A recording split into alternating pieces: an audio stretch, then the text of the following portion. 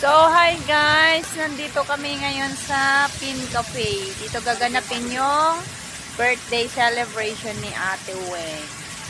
So, ayan o. Diba? Ang ganda ng place. Sobrang, aliwalas. O, ayan. O, andun yung birthday celebrant with the husband. Yan. Ganda dito, guys. So, ayan, oh, diba? Tapos malawak pa yun dito, guys. Hanggang doon sa baba. Ayan. Naka-jacket ako kasi mahangin dito. Ayan. Oh, ang ganda dito. So, dahil ang laki ng binayaran ng agom ni Ate Weng, kaya yung aming pag-i-stay yan for celebration ni Ate Weng ay exclusive. O, diba?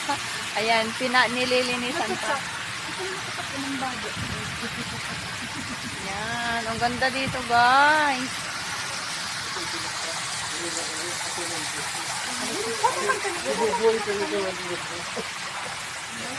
Ayan.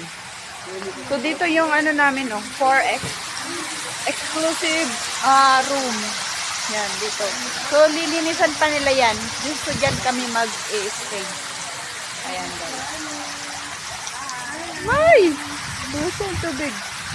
Yan ito pang vlogger.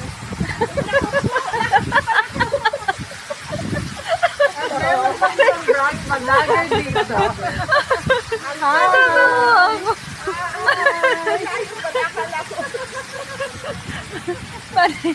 Mama, yan ang daming vlogger na.